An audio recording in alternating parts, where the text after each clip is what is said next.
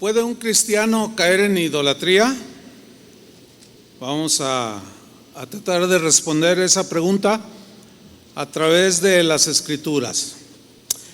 Vamos a tomar algo de contexto para entrar en el tema de si un cristiano puede o no eventualmente caer en la idolatría. Hay un pasaje en Mateo capítulo 4 que registra cuando Jesús fue al desierto y fue tentado por Satanás. ¿Recuerdan? 3 veces lo tentó, queriéndolo hacer tropezar, caer, desviar a Jesús de su propósito. En la segunda tentación vamos a ver o recordar, ya hemos estudiado este pasaje, cómo Satanás trató de engañar a Jesús con la palabra de Dios misma, con su misma palabra trató de engañar a Jesús. Esto es insólito.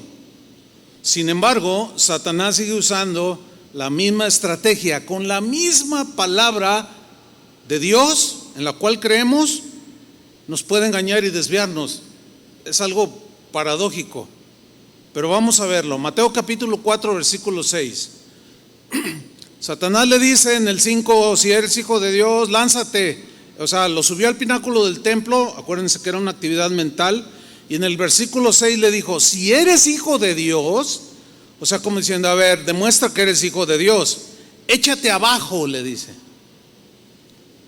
Porque escrito está, noten esa frase, porque escrito está, e inmediatamente, de manera engañosa, cita el Salmo 91, versículo 11 y 12. Satanás sabe más Biblia que cualquier teólogo o cualquier erudito,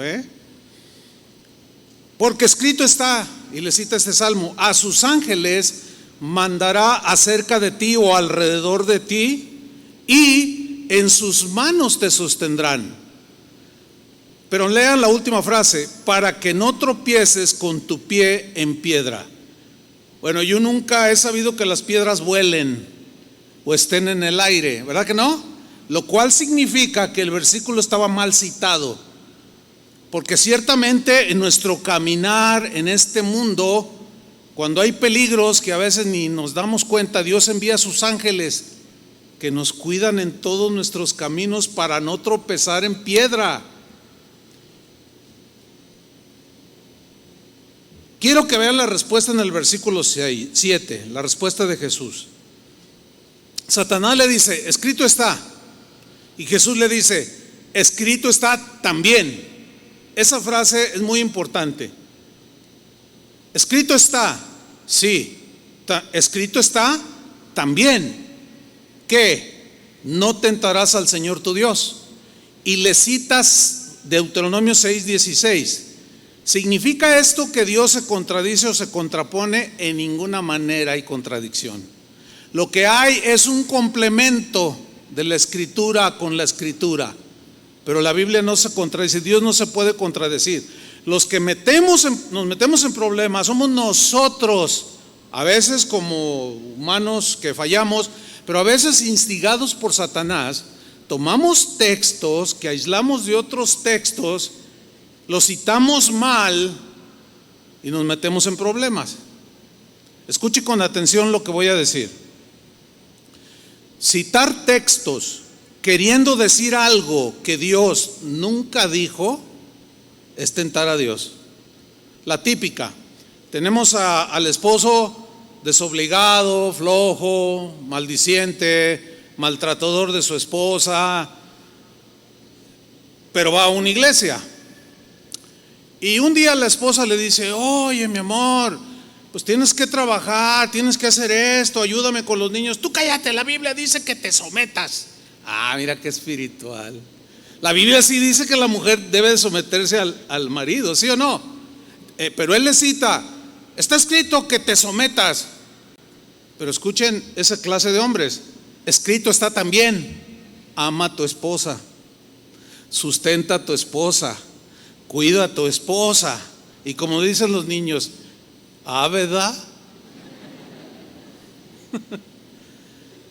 Citar textos y darle un significado inexacto como el de Satanás a Jesús, u olvidando otros textos que complementan lo dicho por Dios, tal como lo hizo Satanás, es tentar a Dios, es caer en el engaño para engañar a otros. Con qué facilidad, hermanos, Satanás nos puede engañar aún con la mismísima palabra de Dios. En el caso de Jesús era imposible engañarlo, tomarle el pelo, porque la perfección de Jesús pues le impedía a Satanás poderlo engañar. Sin embargo, nosotros como seres imperfectos estamos proclives a fallar, a ser engañados, y en ese engaño a veces engañar a otros o engañarnos a nosotros mismos. O sea, otros ejemplos. Es verdad que está escrito que nada nos separará de su amor. Romanos 8:35. Está escrito. ¿Quién nos separará del amor de Cristo? ¿Tribulación? ¿O angustia? ¿O persecución? ¿O hambre? ¿O desnudez? ¿O peligro? ¿O espada? Fíjense el versículo 36. Como está escrito. Y cita Pablo el Salmo 44:22, que dice: por causa de ti somos muertos todo el tiempo, somos contados como ovejas de matadero. Yo creo eso que acabamos de leer porque está escrito. ¿Ustedes lo creen? ¿Qué nos separará del amor de Cristo? Tribulación, angustia, persecución. No, dicen, estas cosas somos más que vencedores. Está escrito. ¿Eso significa inmunidad? No, porque también está escrito. Mateo 10:32. A cualquiera pues que me confiese delante de los hombres, yo también le confesaré delante de mi Padre que está en los cielos. Y a cualquiera que me niegue delante de los hombres, yo también le negaré delante de mi Padre que está en los cielos. Son advertencias que se nos dan. Parece contradictorio, pero no lo es. Está complementando todo el pensamiento de Dios. O sea, si tú permaneces en Cristo, estás seguro en Cristo, si tú soportas la tentación con paciencia y con valor espiritual, nada te podrá separar del amor de Dios. Pero si tú eres de los que piensan, nada me va a separar, haga lo que haga, diga como diga, viva como viva, aunque niegue a Jesús, no me digas. Te estás engañando a ti mismo. Romanos 1:17. Esto es algo que está escrito. Porque en el Evangelio la justicia de Dios se revela por fe y para fe, como está escrito, y cita a Habacuc 2:4. Como está escrito, mas el justo, ¿qué? Por la fe vivirá. Entonces, yo me sostengo por la fe en Cristo. Sí, pero esa fe en algún momento se puede alterar por la persecución, por la aflicción, por la desnudez, por el peligro, por la espada. Yo pienso que sí. Por eso escrito está también. Sí, el justo por la fe vivirá. Pero Hebreos 10:38, escrito está también. ¿Qué? Mas el justo vivirá por fe. Es la misma cita de Habacuc 2:4. Mas el justo vivirá por fe. Pero luego añade algo más. Y si retrocediere ¿quién? El justo.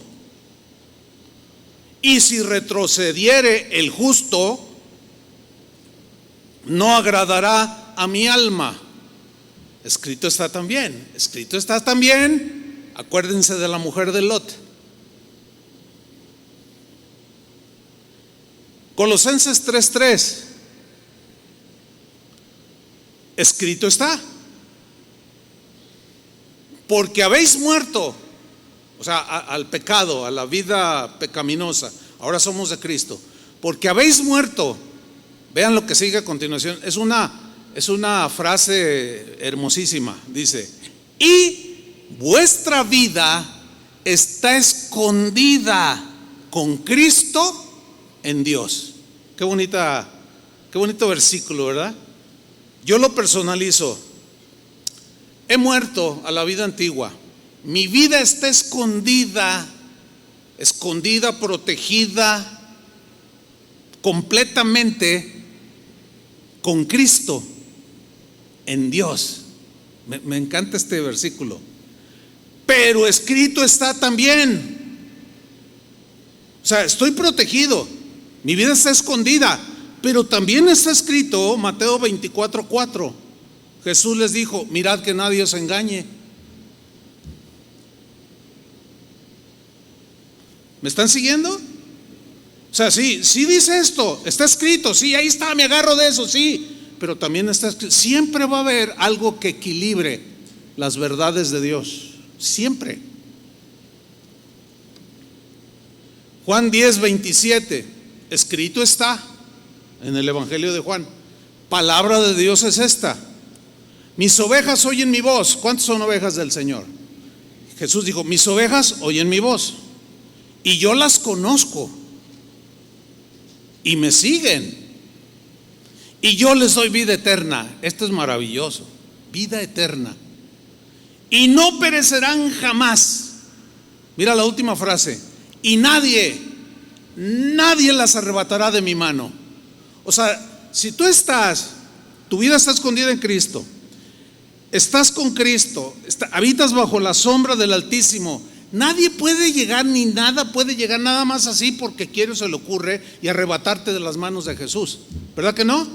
No, yo creo eso. Nada me puede arrebatar de la mano del Señor. Pero escrito está también, Juan 15:6, el que en mí no permanece será echado fuera como pámpano. Escrito está también. O sea, es exactamente lo que Jesús hizo y le respondió a Satanás. Le cita un versículo verdadero, pero mal aplicado, y le dice: escrito está también, no tentarás al Señor tu Dios. Tentamos a Dios cuando le decimos cosas como esta: escrito está, Señor, al que cree todo le es posible. Y yo puedo abrazar esa promesa: al que cree todo le es posible, y orar de esta manera: Dios, te doy 3 días para que me respondas. O sea, ¿cómo le podemos poner condiciones a Dios? Pues yo en 3 días lo recibo sí o sí, porque está escrito: al que cree todo le es posible. Pero también está escrito que a veces no recibimos porque pedimos mal. ¿No es cierto? También está escrito. Eso equilibra el principio espiritual o la doctrina bíblica. Frases como, u oraciones como: Dios, Señor, sana a mi esposo. Está escrito que Jesús llevó todas nuestras enfermedades, pero no aceptaré un no de parte tuya. Lo sanas porque lo sanas, porque aquí dice: escrito está. Sí dice, escrito está, pero también está escrito: bástate mi gracia. ¿Verdad? Bástate mi gracia. O sea, Dios nos sana, nos puede sanar, puede hacer milagros, pero a veces, como en el caso de Pablo, le dejó el aguijón que le afligía su cuerpo para tratar con su carácter. Está escrito, sí, pero también está escrito. ¿Se contradicen? No, se complementan, y Dios quiere que tengamos ese equilibrio para no caer fácilmente en el engaño o tentar a Dios, qué sé yo. Alguien dijo lo siguiente: la ignorancia mata. Por eso hay que matar a la ignorancia. Hay un versículo que dice que mi pueblo pereció porque le faltó ¿qué? Conocimiento. Lo contrario a conocimiento es ignorancia. Ahora, ¿cómo se mata la ignorancia? Por el conocimiento. Conocimiento de Dios, conocimiento de su palabra, con equilibrio en la escritura. Sí, está escrito que Él suplirá todas mis necesidades y que el Señor es mi pastor y nada me faltará. Pero también está escrito: sé tener abundancia y sé tener escasez.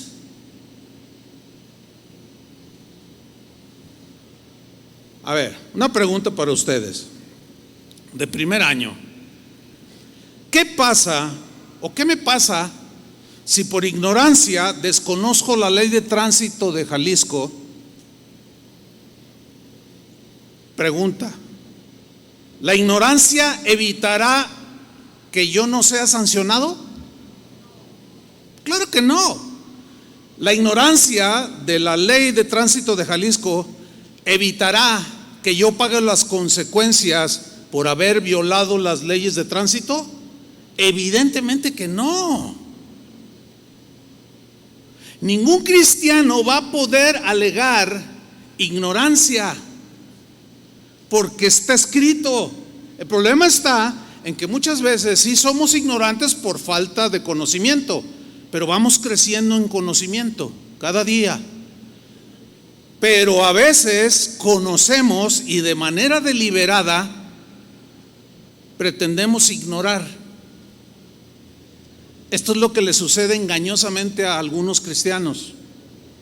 O sea, sí conocen versículos que al no entenderlos creen que está contradiciendo. No, nada me arrebatará de la mano del Señor, pero él también dijo, y escrito está, palabras de Él mismo: el que me negare, yo también lo negaré. No, es que un cristiano no puede negar al Señor. ¿Y dónde dice eso? Al contrario. Entonces, ¿qué sucede? Se engañan a sí mismos por ignorar de manera deliberada el otro texto o los otros textos que también están escritos, que están para llevarnos a un equilibrio. ¿Me están siguiendo? ¿Me están comprendiendo el mensaje? Esto es bien importante. Si yo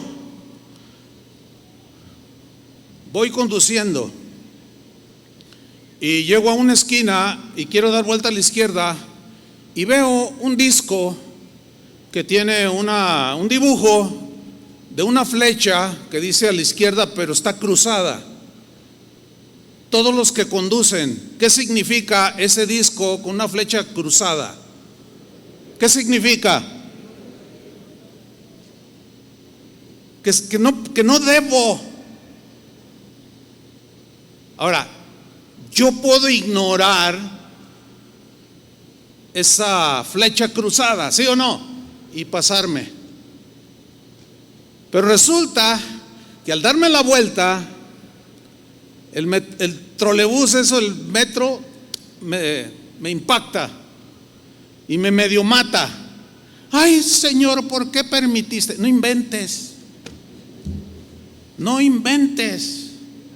Lo mismo sucede en las cosas espirituales. Lo mismo sucede, hermanos.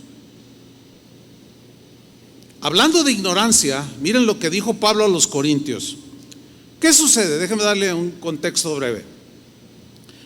En el pasaje que vamos a leer a continuación, que es 1 Corintios capítulo 10, ahí Pablo retoma el ejemplo de Israel cuando salió de Egipto y empezó a caminar por el desierto. Ahí la nube, la columna de fuego, el maná, el agua de la roca, pasaron el Mar Rojo, unas experiencias extraordinarias que vivieron los israelitas.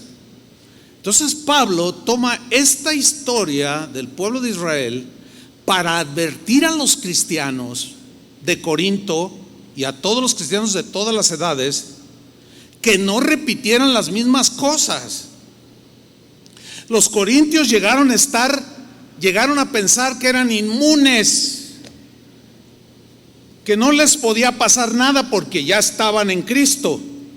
Y Pablo los desengaña.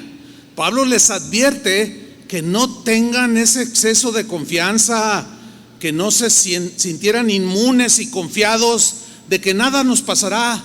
Hagamos lo que hagamos, vivamos como vivamos, somos los escogidos de Dios. Así dijo Israel, así se creyó Israel, eran el pueblo escogido de Dios. Pero eso lo tomaron como pretexto para hacer un montón de diabluras.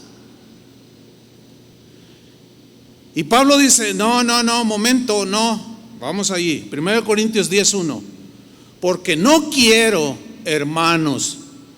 Esa frase no deja lugar a dudas que este mensaje es para cristianos. Porque no quiero, hermanos, tampoco Dios quiere, que ignoréis.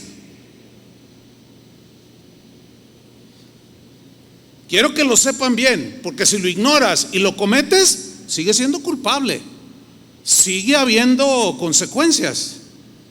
Por eso quiero que tengan conocimiento y hagan caso de las advertencias. No quiero que ignoréis que nuestros padres, refiriéndose a la generación de Moisés en el desierto, todos, repito la palabra, todos ellos estuvieron bajo la nube y todos ellos pasaron el mar Rojo, todos. Versículo 2, y todos en Moisés fueron bautizados en la nube y en el mar. O sea, se identificaron ellos como pueblo de Dios y él como su líder, como su guía. Todos. Versículo 3. Y todos, ya van 4 veces que habla de todos. Y todos comieron el mismo alimento espiritual. Era el maná que caía del cielo, pero representaba al verdadero pan del cielo, que es Jesús. ¿Cuántos comieron? Todos. Versículo 4. Y todos, es como aquí ahorita, todos están comiendo alimento espiritual. El que se está durmiendo, pues doble, imagínate, oyendo la palabra y en la presencia del Señor un sueño santo. Todos bebieron de la misma bebida espiritual, todos, como ustedes ahora, porque bebían de la roca espiritual que los seguía, y la roca era Cristo. Participaron de Cristo. Proféticamente estaban en Cristo. Todavía no estaba revelado el Cristo, pero ya estaba tipificado en la roca, en la nube, en el pan, como hace un rato lo cantamos. ¿Sí? Ahora, ¿qué sucedió con algunos? Versículo 5. Pero de los más de ellos, o algunos de ellos, no se agradó Dios. Ah, caray, ¿qué pasó allí? Pues que no eran el pueblo de Dios, y si era el pueblo de Dios, indudablemente que iban a andar bien derechitos. Pues ¿quién dijo eso? La Biblia no muestra eso. De los más de ellos, algunos de ellos no se agradó Dios, por lo cual quedaron postrados en el desierto. Otra versión dice, sus cuerpos quedaron regados en el desierto, se murieron.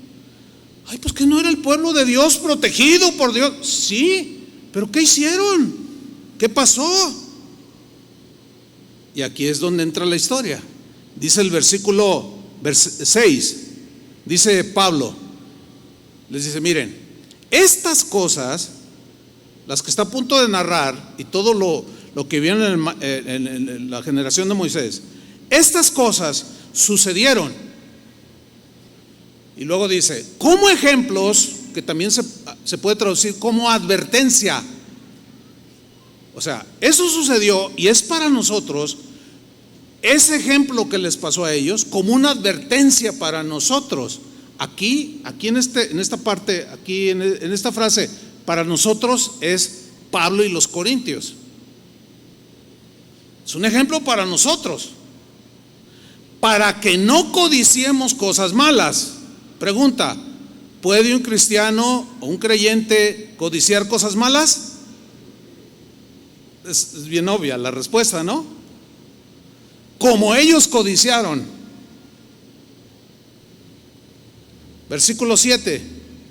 ni seáis idólatras. Ah, caray. ¿Puede algún cristiano caer en idolatría? Como algunos de ellos, no todos, como algunos de ellos cayeron en idolatría. Según está escrito, dice Pablo, y cita el Éxodo: se sentó el pueblo a comer y a beber y se levantó a jugar. Ese es en el contexto del becerro de oro, del ídolo que Aarón les hizo a petición del pueblo, porque Moisés se tardaba en regresar del monte. Se desesperaban, decían: queremos fiesta para Jehová, haznos dioses que para nosotros hacerles fiesta, hacer fiesta para Jehová. No, pero ¿cómo? Y terminan haciendo un becerro de oro, y alrededor de él danzaron, se gozaron, se alegraron, pero se excedieron, se emborracharon y cayeron en pecados inmorales sexuales. ¿Un cristiano le puede pasar algo así? Bueno, si no pasara nada, está de más que Pablo les haya dicho a los corintios: eso que les pasó a ellos es ejemplo para nosotros, es una advertencia para que no hagamos lo que ellos hicieron.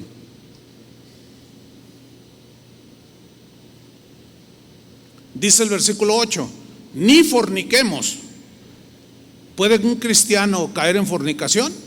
Por supuesto que sí. ¿Puede un cristiano negar a Jesús en algún momento de estrechez o de frustración? Claro que sí. Está escrito que estamos protegidos, sí, pero si la tribulación produce temor y renegamos, nos volvemos renegados y renegamos de Dios. Ni forniquemos como algunos de ellos, no todos, algunos de ellos fornicaron y cayeron en un día 23,000. En un día Dios juzgó ese pecado de fornicación y ahí quedaron.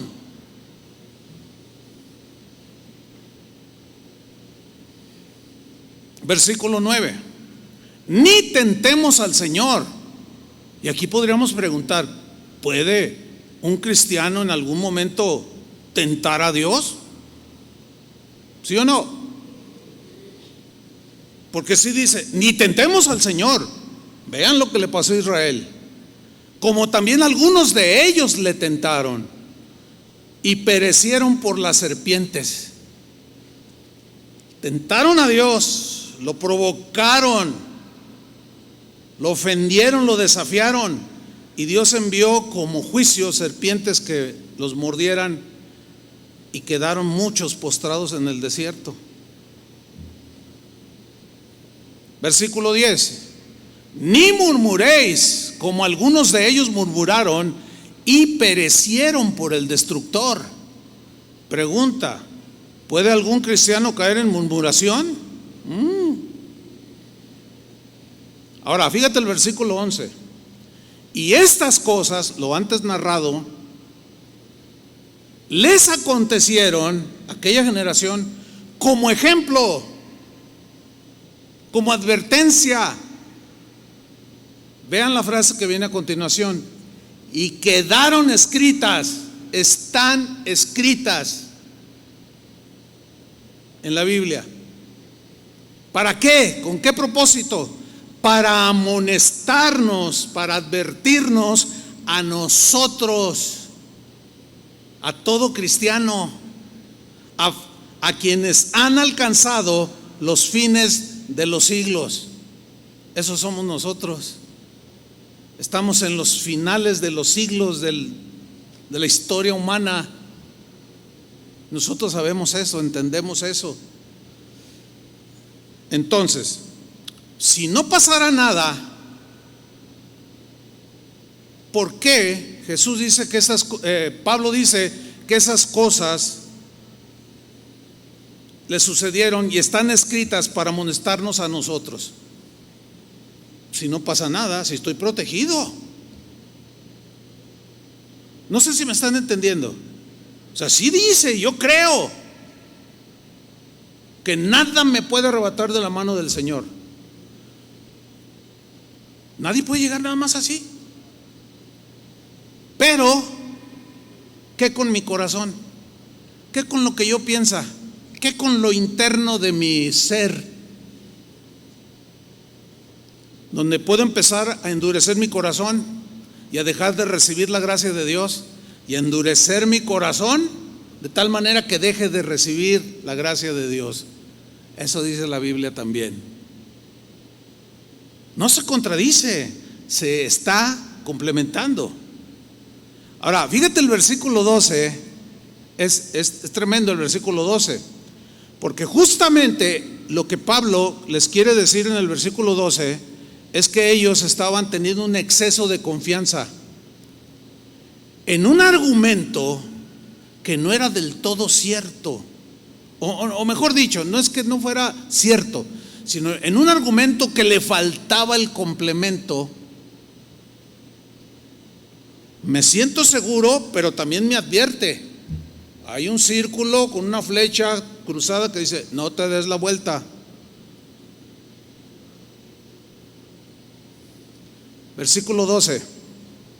Así que, por consiguiente, el que piensa estar firme, mire que no caiga. Doqueo es el verbo que se traduce aquí, el que piensa, y significa doqueo lo siguiente: imaginar algo que puede ser cierto. Por ejemplo, Jehová es mi pastor, nada me faltará.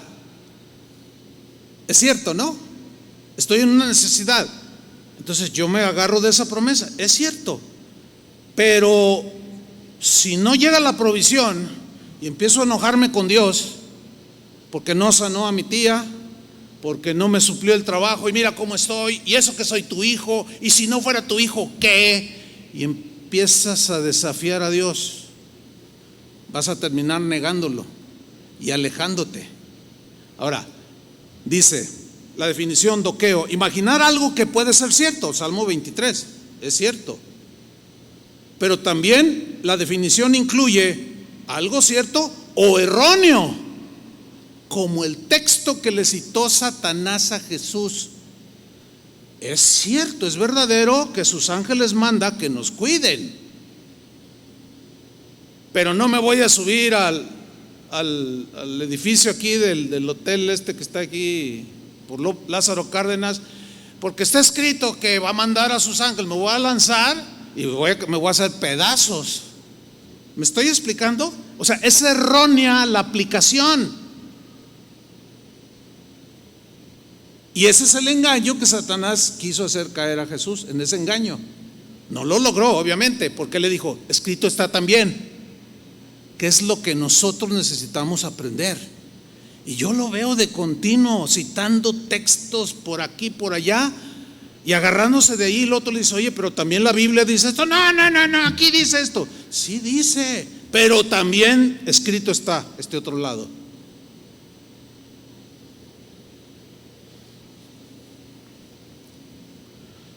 Al que piensa estar firme, mire que no caiga. O sea, están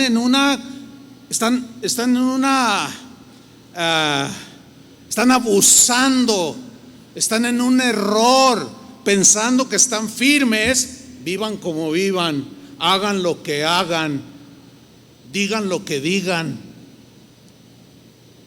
Esa es una seguridad falsa, errónea.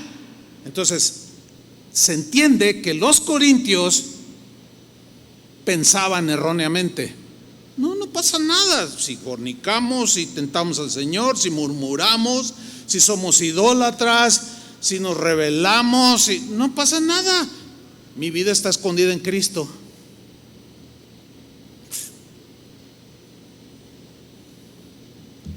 También pensativos. Yo también lo estuve pensando mucho por tiempo, pero es una verdad en la Biblia. ¿Quién la puede negar? Ahí está. Mira, este mismo versículo, 1 Corintios 10:12, en la versión Palabra de Dios para Todos, la traduce así: Así que el que se sienta muy seguro y firme, cuídese de no caer. Que se sienta, porque agarra un versículo, pero ese versículo, pregunto, ¿está bien aplicado? ¿Ese versículo te está aislando de otros versículos? ¿De otros dichos mismos de Dios, palabra de Dios? ¿Y los ignoras de manera deliberada para argumentar a tu favor que tú puedes seguir haciendo lo que haces, viviendo como vives? Allí dice, no, hermanos, no. El que piensa así, Satanás ha logrado engañarlos con la misma palabra de Dios. Ahora, en el versículo 13, 1 Corintios 10:13, dice Pablo, en la misma historia, les dice, miren, no os ha sobrevenido ninguna tentación que no sea humana. O sea, así que ya no resisto, es imposible, ya caigo. No, dice Pablo muy claramente, no, miren, nunca va a venir ni vendrá ninguna tentación que no sea humana. Y luego fíjense cómo lo plasma. Pero fiel es Dios. O sea, por un lado, exalta la fidelidad de Dios. ¿En cuanto a qué? A sus promesas. Permanece en mí y está seguro. Camina conmigo y no te vas a desviar. Confiésame, no te avergüences de mí, yo no me avergüenzo de ti. Fiel es Dios, cumple sus promesas. Ahora, el hecho de que Dios haga promesas significa, pregunto, que nosotros no vamos a hacer nada, porque algunos leen esa promesa que dice que el que comenzó la buena obra también la terminará en el día de Jesucristo, hasta el día de Jesucristo. O sea que Él empezó una obra en nosotros, Él es fiel para terminarla, pero ¿y nosotros qué? Hay cristianos que dicen, ay, pues yo tengo un vicio, yo sé que no le agrada a Dios porque estoy dañando mi cuerpo, fumo, es un pecado contra mí mismo, pero pues he orado y Dios no me lo quita. No, espérame. Mira, Dios no va a venir, ni ningún ángel, y yo menos. Dios no va a bajar y préstame ese cigarrillo, lo va a agarrar y lo va a pisar y lo va a hacer así. No. Él es fiel para ayudarte, para impulsarte y darte la fuerza para dejar ese hábito que te daña tus pulmones. Te vas a morir, vas a dejar una viuda con hijos sin sostenimiento por no tener control y dominio de ti mismo, y terminas muerto de cáncer. Sigo leyendo. No, dice, pero fiel es Dios, que no os dejará ser tentados más de lo que podáis resistir. Ahora, lee con atención, sino que dará también juntamente con la tentación. O sea, viene la tentación que Él la permite por muchas razones, ahorita no hay tiempo para explicar. Juntamente con la tentación, ¿qué da Dios por su fidelidad? La salida para que podáis soportar. O sea, ¿quién es el que tiene que cerrar la computadora y no darle el clic para no ver cosas obscenas? ¿Dios o yo? Dios dice, no. Entonces tú estás, Señor, ayúdame. Ahí está la tentación, pero tú eres el que tiene que cerrar la computadora. Ningún ángel va a bajar, ni nadie va a estar ahí para apagar tu computadora. Tú tienes que accionar. La Biblia está llena de ejemplos de esa sinergia. El Señor, por ejemplo, murió por todos los pecadores. ¿Qué le demanda al ser humano? Creer. Él nunca va a creer por ti, tú tienes que creer. ¿Me estoy explicando? Entonces le dice, sino que dará también juntamente con la tentación la salida para que podáis soportar y salir triunfante y seguir creciendo. Ahora fíjate el versículo 14. Por tanto, amados míos, huid de la idolatría. Huid significa salir corriendo, detenerse y huir de aquello que está ahí enfrente.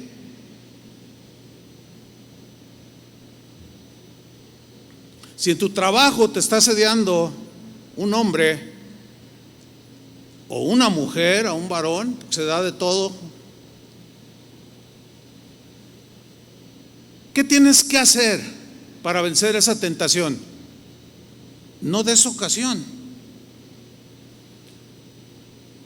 Supongamos que se encuentran en la parada del tren, en la estación del tren, y tú la ves a esa mujer que se te está ofreciendo. ¿Qué tienes que hacer? Huir. Irte a la otra estación. Y ahí es como se da la victoria. O sea, Dios te da la salida, pero tú eres el que corre. Aquí está la puerta, tú eres el que sale huyendo. Hay un dicho que dice, más vale que digan aquí corrió que aquí quedó. ¿Se han fijado en las guerras? De alguna manera todos hemos visto en algún momento alguna película de guerra, sobre todo las antiguas, las de la Edad Media y todo eso. Cuando dos ejércitos se enfrentan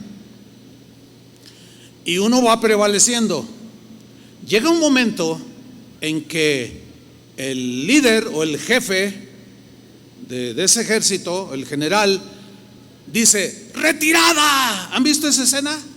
¡Retirada! Ahora, ¿se retiran por cobardes o por inteligentes y por sentido común? A ver, respóndame. ¿Por qué? ¿Por cobardes? No. Porque esa es la única salida que tiene para sobrevivir. Pero no falta ahí el que, no, hasta la muerte y lo cortan en pedacitos. Y los otros salvaron su vida y se recuperaron y volvieron a entrenar gente, llegaron y vencieron al ejército enemigo. Ellos huyeron. Huir del pecado no es cobardía. Eso no es cobardía. Eso es protegernos a nosotros mismos a través de obedecer la instrucción de Dios, la advertencia de Dios. Ahora, cuando dice, amados míos, huid de la idolatría, ¿por qué les dice huyan de la idolatría? Salgan corriendo, retirada. ¿Podrá acaso un cristiano caer en idolatría? Si no fuera posible, todo esto no tiene sentido de ser escrito. Vamos a definir lo que es idolatría. Es una palabra griega, eidolatreia, que está compuesta de dos palabras. Una es eidolón, de donde se deriva la palabra ídolo, y latreia significa servicio.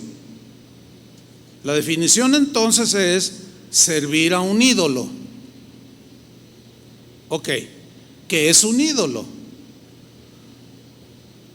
Un ídolo, escuche con atención, es cualquier cosa o cualquier persona que suplante, que reemplace o sustituya a Dios en tu corazón. Eso es un ídolo. Voy a repetirlo. Es cualquier cosa o persona que suplanta, reemplaza y sustituye a Dios. Eso es un ídolo. Por consiguiente, se deduce que hay diversas formas de idolatría. La más común es la de no adorarás Éxodo 23, una estatua o imagen que uno mismo hace y se le postra y le besa los pies, la mano, qué sé yo. Éxodo 23, no tendrás dioses ajenos delante de mí, le dijo a Israel. No te harás imagen, ni ninguna semejanza de lo que esté arriba en el cielo, ni abajo en la tierra, ni en las aguas debajo de la tierra.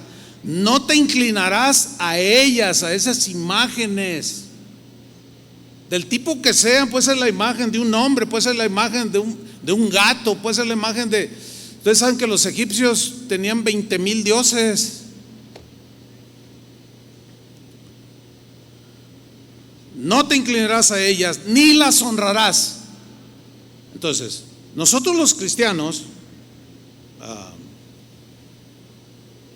evangélicos, que creemos en el evangelio, decimos: ya no soy un idólatra. Antes yo adoraba ídolos. Le hablaba a la estatua, del ángel Miguel, y le decía: ay, angelito de mi guarda, sálvame, protégeme. Y ahí estaba el angelito, que tú mismo hiciste o que alguien lo fabricó. Entonces nos jactamos y decimos: no, nosotros ya no somos idólatras. Ese concepto es muy limitado. Ese concepto de idolatría es muy limitado. La idolatría se extiende muchísimo más que adorar una imagen. Ciertamente ya no lo hacemos. Yo ya no tengo una imagen de San Pillín o de San Bailón allá colgada, ni le hablo, ni me le postro, ni le lloro, ni le oro. No, de ahí me sacó el Señor. Eso es ignorar al Dios vivo y ofender a Dios vivo, que dijo: no te harás imagen de nada, ni las honrarás, ni te inclinarás a ellas. No, hermanos, no. La idolatría va mucho más allá. Por ejemplo, una persona, un esposo puede ser el ídolo de una esposa, o viceversa. Sí, les voy a contar una historia verídica. O sea, no es algo mitológico, no. El primer sepelio o el primer funeral que tuvimos en casa de oración fue en 1982. Recién había iniciado casa de oración. Un hermano de la congregación se murió. Estaba con su esposa, sintió un dolor en el cerebro. Me duele el cerebro, recuéstate en el sillón. Cerró los ojos y ya no despertó más. Y murió. Y lo sepultamos. Al paso de un mes, más o menos, su esposa, la viuda, que todavía se congrega aquí, por cierto, me dijo: pastor, te quiero decir algo. Dice: mira, una vez yo le dije al Señor: Señor, tú sabes que para mí mi esposo es todo. Ni se te ocurra quitármelo. Que no le pase nada, porque si algo le sucede, ya no voy a la iglesia, ya no te sirvo, ya no te... Dice: y Dios me acaba de decir que Él tuvo que quitar ese ídolo que estorbaba entre Dios y yo. O sea, el hermano era inocente, pero ella lo había hecho un ídolo a su esposo. Yo he escuchado a padres que dicen: mis hijos son mi adoración. Dicen: tengan mucho cuidado. Esa expresión es exclusiva de Dios y para Dios. No, pero es que nada más lo digo así. No lo digan ni por ignorancia siquiera. La adoración es exclusiva de Dios. Y todo ídolo que está enfrente de Él lo puede de un manotazo quitar. Nunca diga: mi esposa es mi adoración. No, mi adoración es Dios y le doy gracias a Él por mi hermosa esposa que me dio. Pero ella no es mi adoración, ni tus hijos deben ser tu adoración. Ay, es que no sé qué pasa. Yo no sé qué haría si se me muere. ¿Ves? Ahí está. No sé qué haría. O sea, se te acabó el mundo. Se te acabó tu Dios falso, tu ídolo, que te llena completamente. ¿Podrá un cristiano caer en idolatría?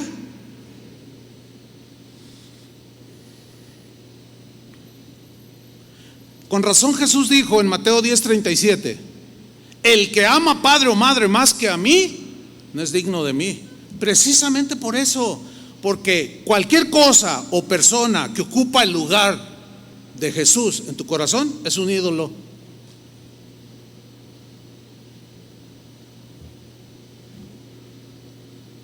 El que ama a hijo o hija más que a mí, no es digno de mí. Se queda con su ídolo, que ni te puede salvar, ni te va a poder ayudar, no va a poder hacer nada, porque tú te fabricaste ese ídolo.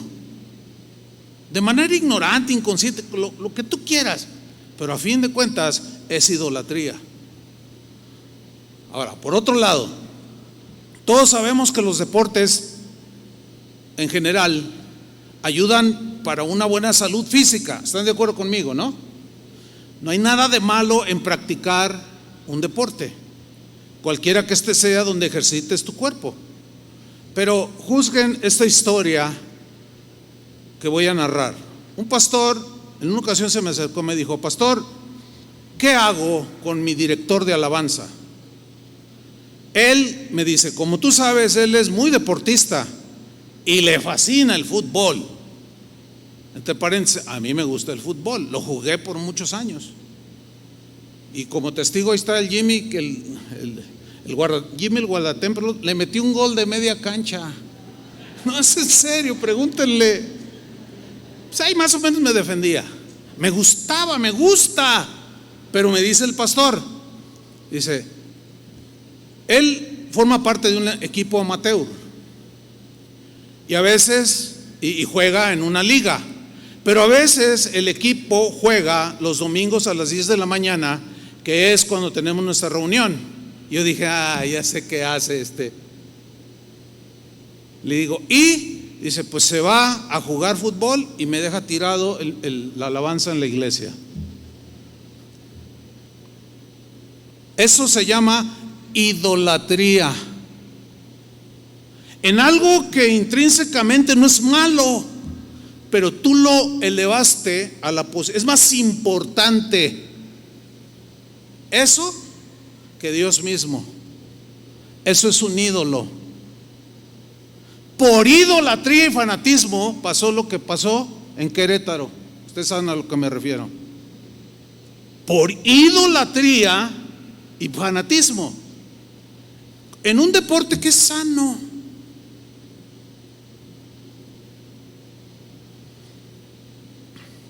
¿Cuántos tienen un aparatito como esto? A ver, sáquenlo. A ver. Yo le doy gracias a Dios por la tecnología. Yo estoy usando en este momento un montón de tecnología. Este micrófono, bueno, antes se usaba, todavía se usan con cable, pero no existían estos inalámbricos. De pronto, bueno, esa tecnología es muy buena, amplifica la voz, pero cuando salieron esos, wow, inalámbrico, wow, qué tecnología, ¿no? Estoy usando una computadora, bocinas, unos monitores ahí, hay mucha tecnología. La tecnología ha ayudado en el desarrollo del ser humano, ¿cierto? No es mala en sí misma. Sin embargo, una cosa como esta se ha vuelto un ídolo para muchos. No pueden vivir sin él. Se acuestan, lo meten abajo de la almohada o ahí bien cerquita, y apenas un ruidito, ¡ting!, se despiertan, se levantan, pero a veces están en plena reunión, suena el teléfono y no importa que sea la palabra de Dios, se levantan y van por el pasillo. Bueno, sí, no, sí, al rato nos vemos, sí, ahí voy para allá.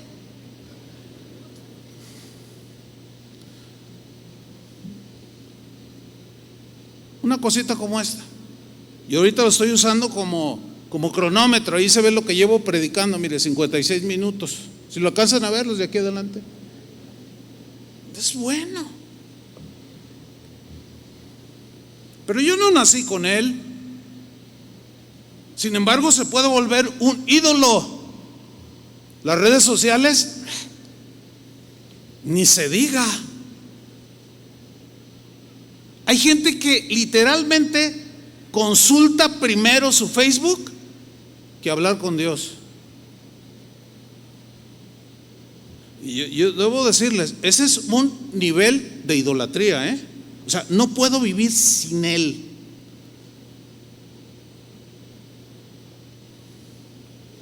A ver, si Dios le dijera a alguno, ya no usa celular,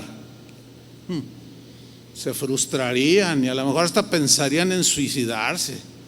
Cosas atroces. ¿Por qué? Porque ya no tienen en qué apoyarse. Ya la vida no tiene sentido para algunos, porque son esclavos y sirven al Dios tecnología. La tecnología hay que usarla, hermano, pero no hay que convertirla en un ídolo. Alguien me pasó un escrito que decía: no, lo que tienes que hacer es lo que hicieron los apóstoles en el Evangelio, que dice: y dejando las redes le siguieron. Está bueno, ¿eh? Creo que Julio me lo mandó, ¿no? No puedes vivir sin Facebook. Santo Dios. En estos aparatos hay una donde están las instrucciones generales, donde dice tiempo en pantalla. Todos saben que es, nomás les estoy recordando. Y ahí te dice cuánto tiempo pasas en la pantalla. Bueno, compáralo con el tiempo que tú dedicas a Dios, a escuchar la palabra, a estudiar, a orar, a hacer algo por el bien de los demás. Y me temo que algunos van a reprobar, porque han hecho un Dios. Otros han hecho de sí mismos un ídolo. Se admiran tanto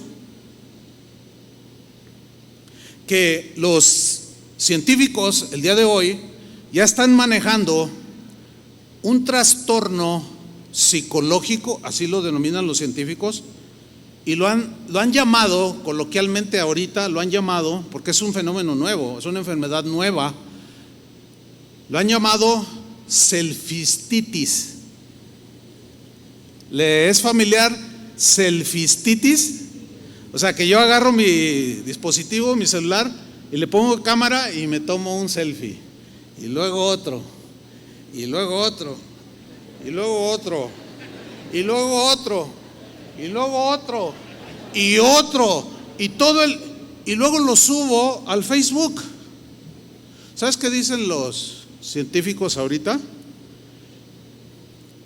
Que las personas que hacen eso están enamoradas de sí mismos. Nada más publican sus fotos. No me vean feo.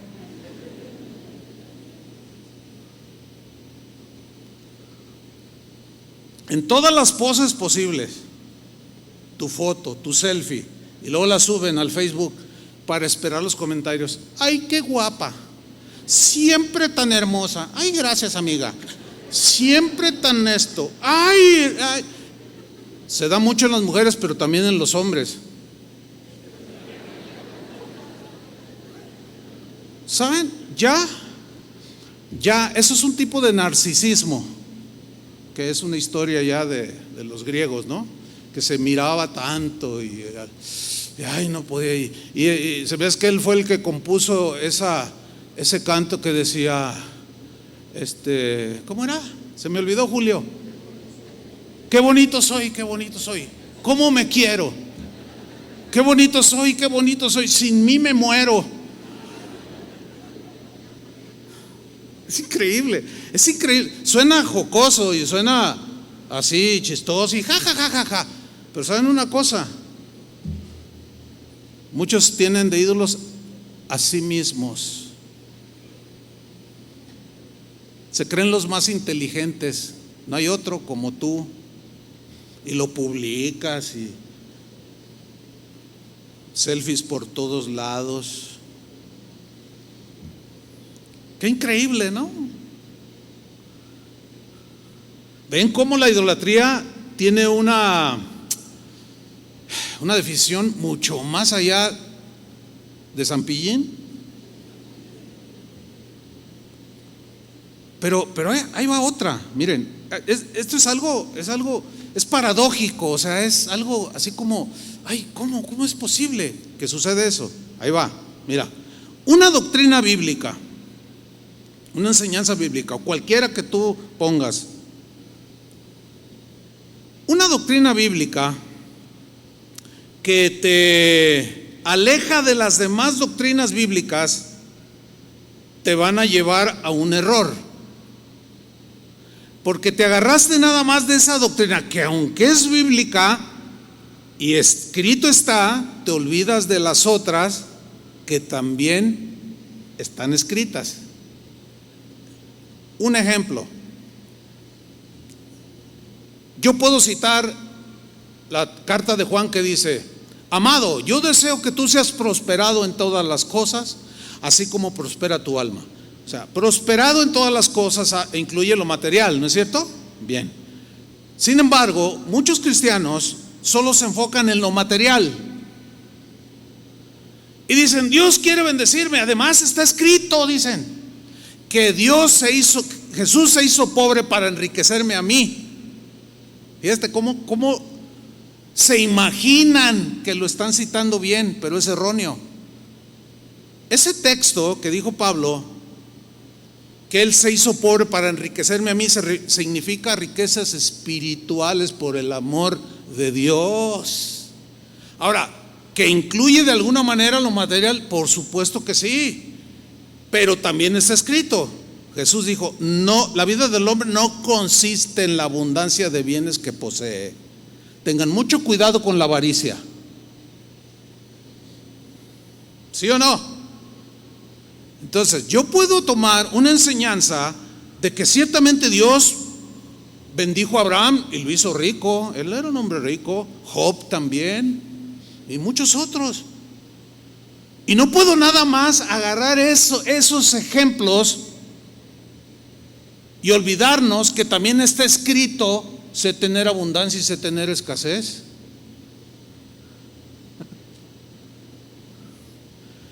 Entonces, una doctrina la puedo hacer mi ídolo. Increíble, pero es cierto. O sea, me ciego ante lo demás que está escrito también y tuerzo su significado.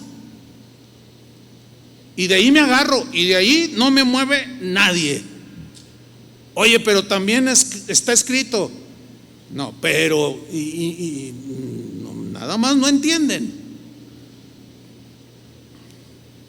Colosenses 3:5 dice lo siguiente: por tanto, haced morir todo lo que es propio de la naturaleza terrenal: inmoralidad, impureza, bajas pasiones, malos deseos y avaricia, que es idolatría. ¿Ven? Wow. Ahora, ¿qué me dicen de un líder? De un líder político. Un líder político puede ser el ídolo de alguien. Un ejemplo irrefutable es el alemán Adolfo Hitler. Ese hombre, que fue un dictador, de alguna manera llegó a convencer a millones de alemanes de que había que exterminar a los judíos. Y ellos, de manera irracional, obedecieron, creyeron lo que les decía su líder político. Lo convirtieron en su Dios, en su ídolo. ¿Qué me dice de un cantante cristiano? Puede suceder lo mismo. O sea, viva como viva, haga lo que diga las herejías que diga. No me interesa. Es que cuando canta me transporta hasta el cielo y me bendice. Por favor, hermanos. Eso es lo que decían los seguidores de Michael Jackson, que tenía millones o tiene millones de admiradores. Y cuando salió a la luz que era un pederasta y que abusó de muchos niños: ahí está tu cantante, ¿cómo lo sigues? a mí no me interesa su vida que haga en lo privado, a mí me interesa su arte. Ay, me encanta. Entonces, a mí me encanta cómo canta este canto de los carros del faraón. Que viva él como viva no me interesa. Por favor, hermanos, por favor, sean juiciosos. ¿Cómo que no te interesa? Porque escrito está también que los ministros de Dios deben de ser ejemplo. ¿Sí o no? Digno de imitar. Son ejemplos algunos, no todos. ¿Dignos de imitar? La respuesta es no. Pero son tus ídolos. Y cuidado con que alguien lo nombre o diga algo, porque te pones furioso y te pones a defenderlo más que a Cristo mismo. Eso es un ídolo también. ¿Pero qué me dicen de un líder espiritual? Puede ser un pastor, puede ser un sacerdote, puede ser el Papa mismo. O sea, líderes espirituales. En las distintas ramas somos líderes espirituales. Ahora, pongan atención.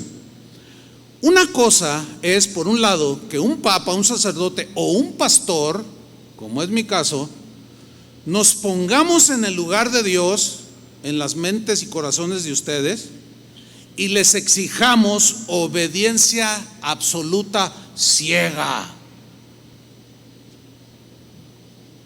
Esa es una cosa que sí sucede, desgraciadamente, sí sucede. Hay líderes espirituales que demandan obediencia ciega a lo que ellos dicen, y la gente los obedece. Hacen de su líder espiritual, de su pastor, de su sacerdote o lo que sea un líder espiritual, lo hacen su ídolo. Desgraciadamente hay 20,000 historias al respecto. Esto es sumamente peligroso, hermanos.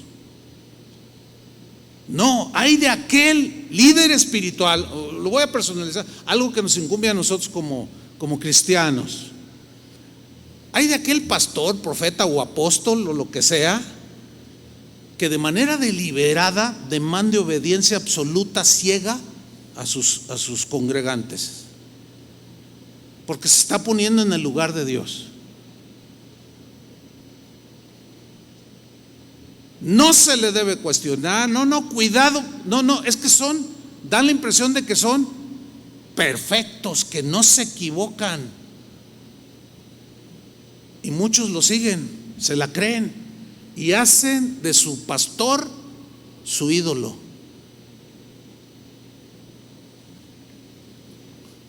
Una vez un predicador estaba predicando un buen mensaje, pero de pronto dijo algo raro, sonó rarísimo, y todos hicimos una expresión así como, ¿qué dijo?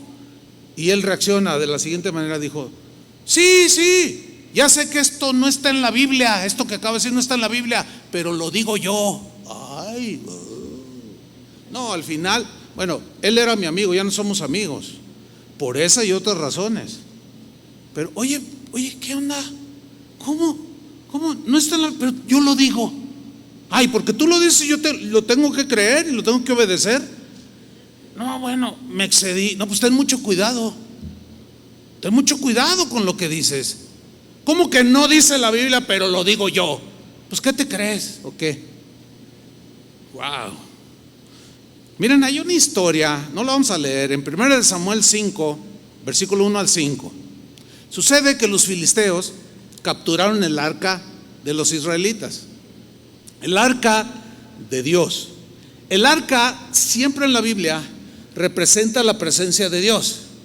Bien, la tomaron cautiva, fueron y la metieron a un templo dedicado a un dios llamado Dagón. Era un ídolo, un mono, una estatua de 2-3 metros de altura, no sé, bastante voluminoso. Dagón era el dios de los dioses, fíjate nada más. Así creían los filisteos. y lo representaban en ese ídolo. Iban, se le inclinaban, lo adoraban, le besaban los pies, etc. Y ponen el arca junto a Dagón.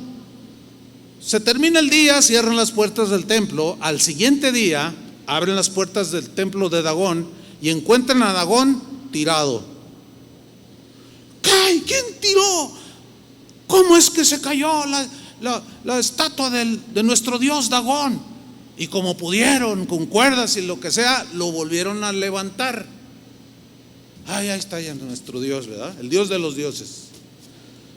Termina el día, se van, llegan al otro día los sacerdotes de ese Dios falso, abren las puertas y se encuentran a Dagón tirado otra vez, pero ahora tenían las manos rotas, los pies rotos y sin cabeza, el puro tronco así, y todo desmembrado.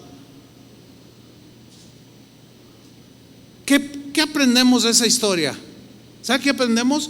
Que Dios no tolera ningún ídolo enfrente de Él, sea esposo, sea el pastor, sea un hijo, sea lo que sea, lo va a hacer pedazos delante de ti.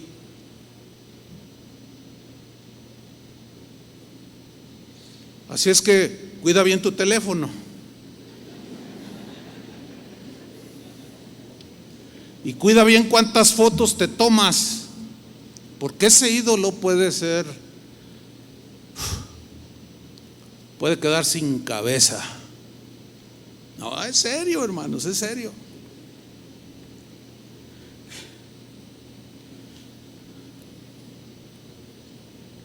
Pedro, un día, él está orando en la azotea y tiene una visión. Y por otro lado había un hombre llamado Cornelio, que tiene una visión también de que debía de mandar a traer, debía de enviar para traer a Pedro para que le hablara el evangelio. Y como era un centurión de influencia, había mucha gente bajo su mando, fue. Y estaba Pedro ahí orando y el Espíritu le dice a Pedro: ahí están unos hombres abajo, te buscan, ve con ellos. Y él bien obediente. Llegan, aquí vive un tal Pedro, aquí está, sí está, Pedro, te hablan. Estaba allá en la azotea y se baja. ¿Qué pasó? Es que somos enviados de Cornelio y ya Dios le había dicho que fuera. Entonces llega a la casa de Cornelio y miren lo que sucede. Hechos 10:24 dice: al otro día llegaron a la ciudad de Cesarea. Cornelio los estaba esperando con sus familiares y amigos. Los convocó porque venía el apóstol Pedro. Wow. Versículo 25. Cuando Pedro entró, vean lo que sucede. Cornelio salió a recibirlo. Se inclinó a los pies de Pedro y lo adoró. Wow. ¿Cuántas veces hemos visto esa escena? De un líder espiritual que llega y todos se inclinan y extiende la mano y se la besan y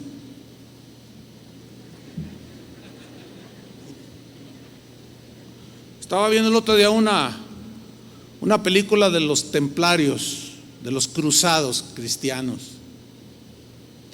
Esta vergüenza da contar estas historias, o sea, hechos reales. Hubo 10 cruzadas cristianos contra musulmanes. Y cómo los líderes espirituales de ese tiempo, híjole, una soberbia, así eran. Y algunos desgraciadamente siguen siendo. Y extendían la mano para que todo el mundo les rendiera pleitesía y los adorara literalmente. Y ellos aceptaban la adoración. Pues Pedro, que algunos dicen que fue el primer papa, no aceptó ninguna adoración. ¿Qué hizo? Versículo 26. Pero Pedro hizo que se levantara y le dijo: levántate, le dice, yo soy tan solo un ser humano, soy igual que tú, no se te ocurra hacer eso. Ese sí es un verdadero hombre de Dios, que ni promueve ni acepta la adoración.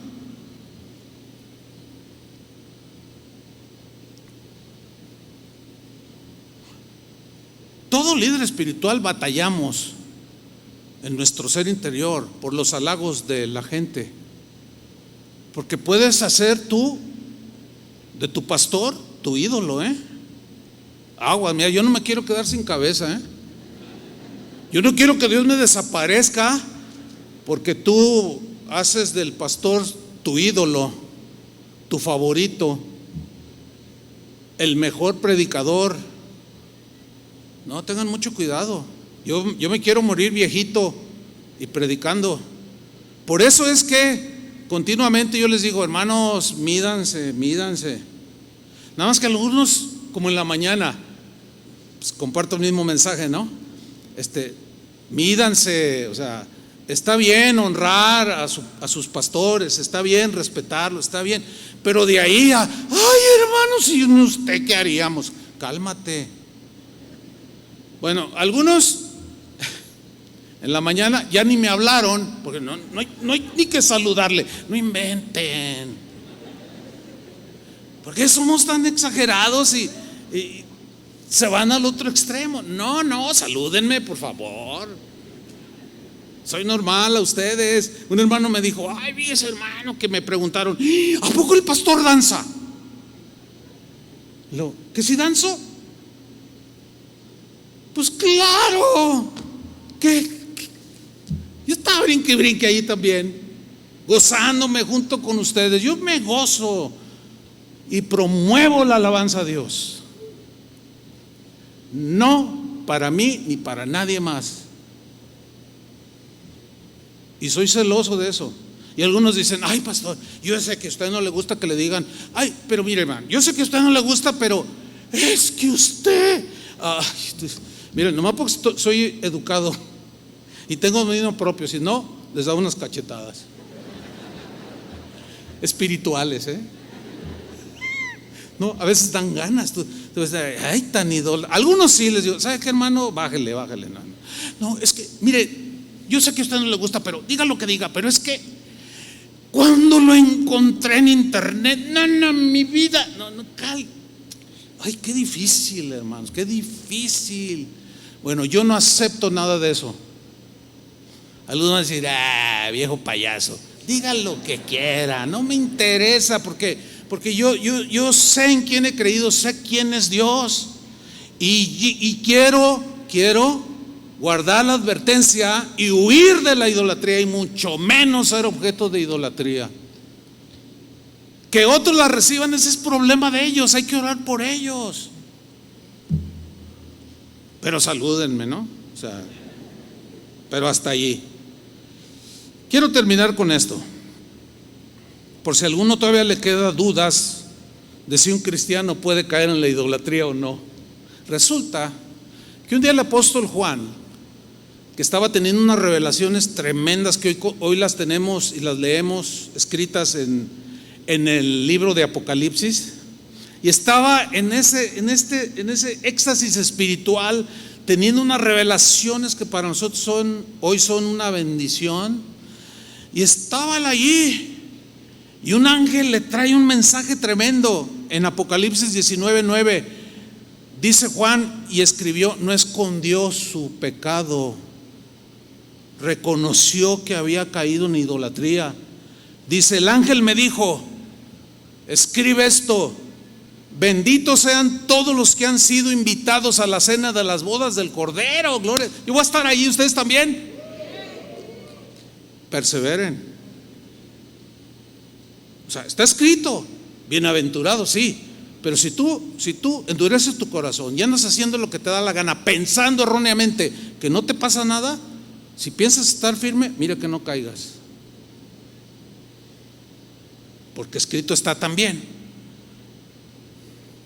Y luego añadió, esto lo dice Dios, o sea, bienaventurados los que son invitados a la cena de las bodas del Cordero. Esto lo dice Dios y Él no miente, dice en esta traducción. Pero vean el versículo 10. Entonces, increíble, me arrodillé a los pies del ángel para adorarlo. Wow. El que se recostó en el pecho de Jesús, el que caminó con Él, el que estuvo allí cuando se transfiguró, escuchó el sermón del monte de viva voz, en vivo y en directo. de pronto se deslumbra ante algo sublime, un ángel hermosísimo, maravilloso, y se postra ante el ángel, se arrodilla para adorarlo.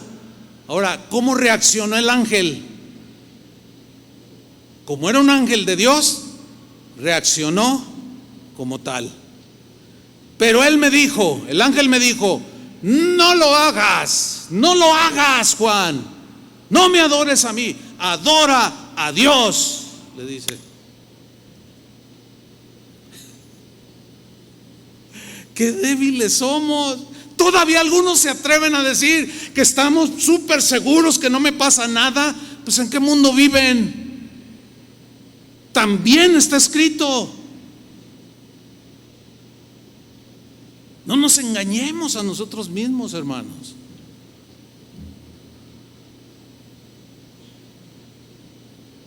Si un apóstol del calibre de Juan fue débil en ese momento, ¿alguno se puede comparar con el apóstol Juan? Bueno, hay quienes se creen mejores, son los que caen más pronto, los soberbios. No, dice, adora a Dios. Pues yo también le sirvo, igual que tú y que todos los que siguen confiando en el mensaje que les dio Jesús. Adóralo a Él. Yo imagino que el ángel dijo: no quiero quedarme sin cabeza y sin alas. Pero ahí no terminó la historia, porque 3 capítulos después, capítulo 22, versículo 8, vuelve a ser el mismo asunto. Yo, Juan, dice, vi y oí todas estas cosas que había narrado en el capítulo 20 y 21, 22. Y después de verlas, eran tan sublimes, y después de oírlas, que era wow, me arrodillé para adorar al ángel que me las mostró. ¿Se acuerdan que Pablo dijo: mas si aún yo que soy el apóstol Pablo, o un ángel del cielo les anuncia un evangelio diferente al que yo les he enseñado, está bajo maldición? ¿Se acuerdan Gálatas 1:6? Yo o un ángel del cielo. Pues vean a Juan. No, hermanos, es que no podemos confiar en exceso, en un solo versículo ignorando el otro, en una sola enseñanza ignorando la otra. No, porque podemos tener una seguridad falsa que a la postre terminemos apostatando de Jesús y abandonando su palabra y blasfemándolo a Él. Después de verlas, estas cosas y oírlas, me arrodillé para adorar al ángel que me las mostró. Pero él me dijo: no lo hagas, adora a Dios, pues todos somos servidores de Él, tú, yo, los profetas y todos los que obedecen la palabra de Dios. Y miren cómo termina el final de sus días, ya anciano, lleno de días, el apóstol Juan. En el último versículo de su primera carta, primera de Juan 5:21, una exhortación muy amorosa pero tajante y contundente. Les dice: hijitos. Esa expresión es muy tierna, muy amorosa para los cristianos de su tiempo y de todos los tiempos. Les dice: hijitos, guardaos de los ídolos. No les quiso decir más, porque seguramente ya conocían la historia de él. Nada más les dijo: guárdense de los ídolos, no se confíen tanto en ustedes o en esto o aquello. Guárdense de los ídolos. Amén, dice. Fue todos sus últimos mensajes. ¿Por qué? Porque el infierno será el castigo de los idólatras. Apocalipsis 21:7, terminamos. El que venciere heredará todas las cosas. Pregunto: ¿y el que no venciere? Porque el que venciere implica que habrá algunos que no van a vencer.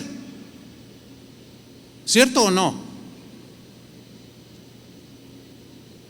Porque si dice el que venciere, está implicando que habrá gente que por alguna razón fueron vencidos. Por eso dice, el que venciere heredará todas las cosas, y yo seré su Dios, y él será mi hijo, el que venciere. Pero los cobardes, y aquí los cobardes se refiere a los que negaron a Jesús. Ya no tengo tiempo para explicar un poco más acerca de esto. Incrédulos, los incrédulos fueron los que perdieron la fe, y algunos comentaristas eruditos aseguran que en el griego implica eso, a los cobardes en general, pero incluye a los que se acobardaron y terminaron negando a Jesús. Por eso la advertencia del Señor: el que me negare, yo también lo voy a negar delante de mi Padre y de sus ángeles. Pero los cobardes e incrédulos, los abominables y homicidas. Acuérdense que el suicidio es un homicidio, un auto homicidio. Los fornicarios y los hechiceros, los idólatras y todos los mentirosos tendrán su parte en el lago que arde con fuego y azufre, que es la muerte segunda. Toda una eternidad lejos de Dios en el infierno. Hermanos, esto es suficientemente impactante y trágicas las consecuencias como para ser tan simplones y decir, no me pasa nada. El mensaje ya está dicho: el que es justo, sea justo todavía.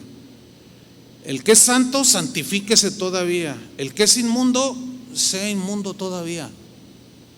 Pero no puede argumentar ignorancia de advertencia. Que Dios nos guarde, hermanos, Dios nos ayude. Voy a hacer mía la oración de Pablo cuando se despidió de los cristianos en Éfeso, que dijo: nos encomendamos a la palabra de tu gracia, que es la única que tiene poder para edificarnos, sostenernos, guardarnos, si la obedecemos. Yo estoy resuelto a hacerlo. Si yo pudiera decidir por algunos de ustedes que titubean, lo haría, pero no es posible. Cada uno de ustedes tiene que hacer eso. Jesús ya hizo su parte en la cruz, tú haces lo demás. ¿Crees o no? ¿Vives o no? Oremos, hermanos. Pónganse de pie. Padre, te damos gracias y hacemos nuestra esa oración de Pablo. Nos encomendamos a la palabra de tu gracia, que es la única que tiene poder para edificar nuestras vidas, para afirmar nuestros pasos, nuestras convicciones, nuestros pensamientos, para que nuestra vida sea congruente con lo que decimos creer. Líbranos, Señor, de tomar textos, versículos, citándolos o creyéndolos, pero distorsionándolos de su sentido original, de su verdadero significado, porque nos estaríamos engañando a nosotros mismos y estaríamos cayendo en el engaño de Satanás. Engaño que quiso hacer efectivo en Jesús, citándole tu misma palabra, pero Jesús lo puso en su lugar y le dijo: escrito está también. Escrito está también. Señor, clamamos por tu gracia, tu bendita gracia que nos puede sostener, pero nosotros queremos permanecer. Tu bendito amor incondicional, pero tenemos que permanecer en ese amor. Gracias, Señor, por tu palabra. Hemos bebido todos, hemos comido todos de ese alimento espiritual, y las advertencias son para todos. Guárdanos, Señor, en el hueco de tu mano. y danos esa convicción y esa fuerza para permanecer. En el nombre de Jesús.